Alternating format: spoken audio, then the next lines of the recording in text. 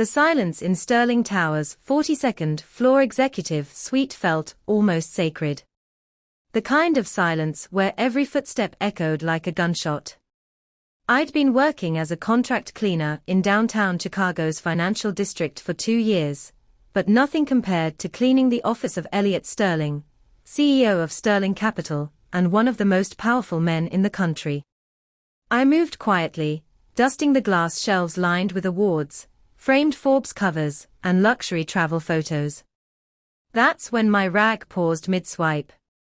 Behind a silver paperweight on his mahogany desk, an old, slightly curled photograph peeked out. I pulled it free, expecting another shot of him shaking hands with presidents. Instead, I froze. It was a candid photo, grainy, clearly old, of a young woman holding a little girl with chestnut curls. Both were smiling like the world couldn't touch them. But it wasn't the sweetness of the picture that made my pulse race, it was Elliot Sterling himself. He was in the background, younger, almost unrecognizable, and crying. The office door opened without warning. Elliot Sterling walked in. His eyes landed on the photo in my hand. For the first time in my life, I saw a billionaire's face shatter. For a moment, Elliot Sterling didn't move. The man I'd only seen in headlines, flawless suit, measured voice, every gesture rehearsed, now stood rooted to the spot, his knuckles white on the doorframe. "Where did you get that?" His voice was low, rough. I swallowed hard. It was under the paperweight. I was just. "Put it down," he said, stepping forward. Not loud, but sharp enough to slice the air between us. I placed the photo gently on the desk. His hand didn't go to it, he just stared, like it was a live wire he couldn't touch. "Mr. Sterling." He blinked, as if remembering I existed.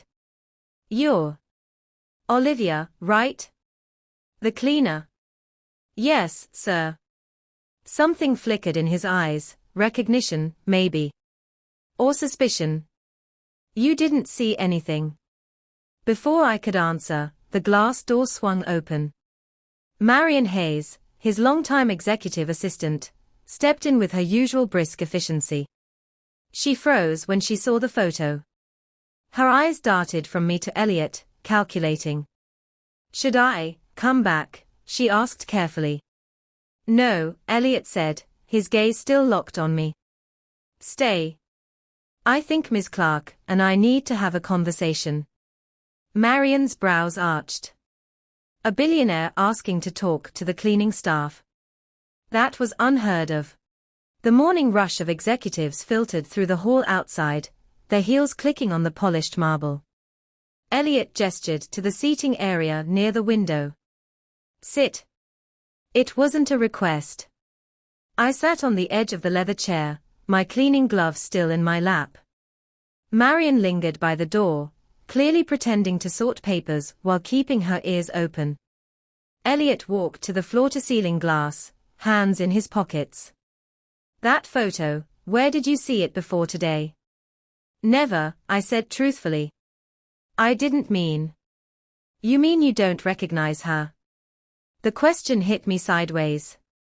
"Should I?" His jaw tightened. He turned just enough that I could see the strain around his eyes. "No. You shouldn't."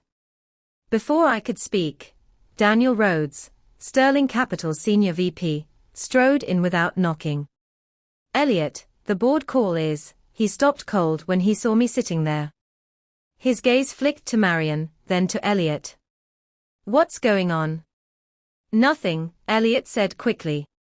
Too quickly. Daniel's eyes narrowed. "Doesn't look like nothing. You never let staff sit in here." Elliot's voice sharpened. "It's handled."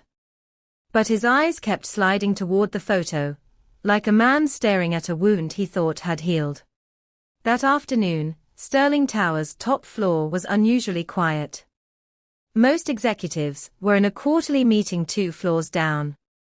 I was finishing the last of my rounds, spraying the glass conference table in Elliot's private boardroom, when the sound of shuffling footsteps caught my ear. A small voice followed. "Hi." I turned. A boy, maybe 10, stood hesitantly in the doorway.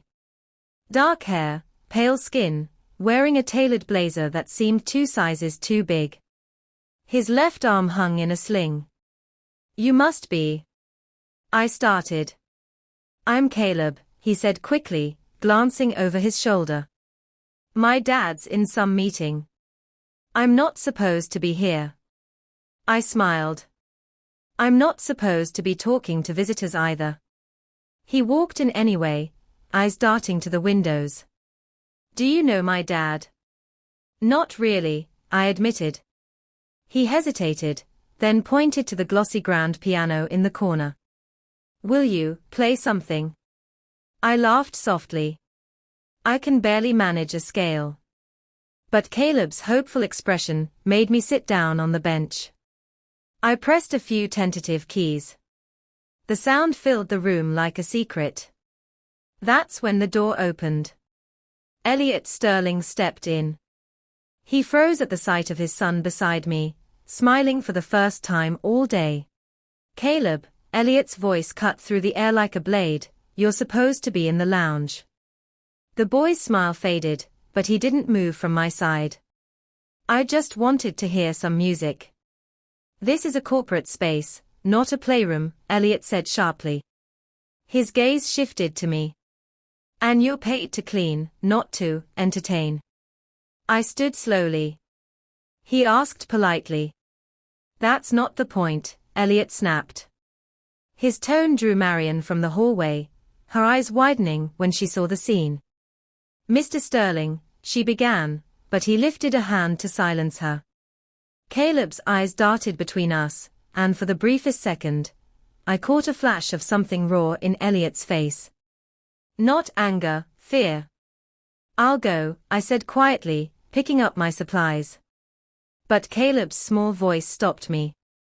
"Could you teach me?" "Teach you what?" Elliot asked, impatience cracking his voice. "The song she was playing," Caleb said. "Mom used to." He stopped himself, biting his lip. The room went still. Elliot's hands curled into fists at his sides. And for the first time since I'd met him, he didn't order me out.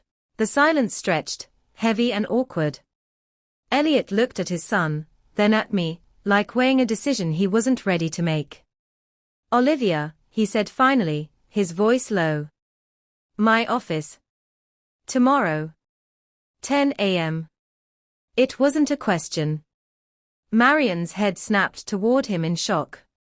"Sir." "That'll be all," he cut her off, already turning toward his desk.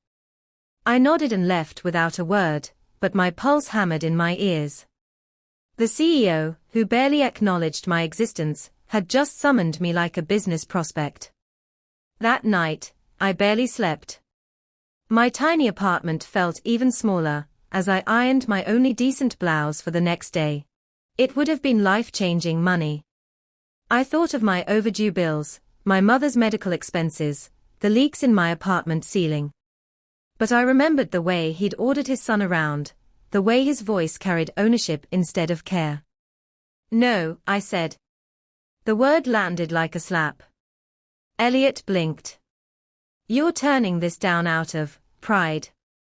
"Out of dignity," I replied. "Your son doesn't need another employee pretending to care. He needs space to be himself." His face hardened.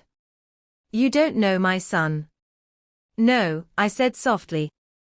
"But I know people who've been caged by the people meant to protect them."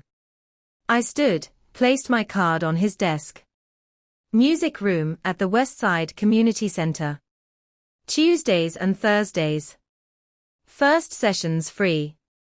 The next Thursday, I was setting out sheet music when Lena, our receptionist, leaned in. "There's a Bentley outside." Through the front windows, I saw it, sleek, black, impossibly polished. Caleb was in the back seat, staring at the building. Elliot was in the driver's seat, gripping the wheel like it was a lifeline. "He won't come in," Lena murmured.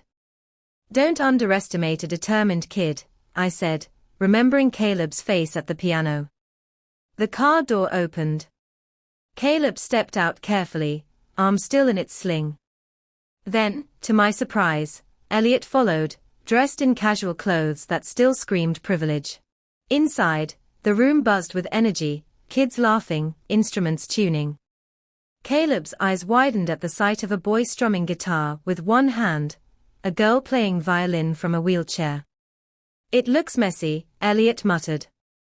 "It's structured," I said. "Just not the kind you recognize." Caleb looked at his father for approval. Elliot hesitated, then nodded. I guided Caleb to the piano. His fingers hovered over the keys, uncertain. "It doesn't have to be perfect," I told him. "Just yours."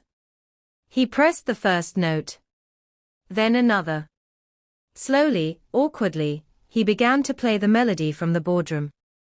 Elliot stood at the back, watching, not as a CEO, but as a father seeing his son create something entirely his own. And for the first time since I'd met him, Elliot Sterling smiled without armor.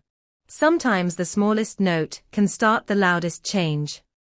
If this story struck a chord with you, like, share, and subscribe for more real stories of hope, courage, and second chances.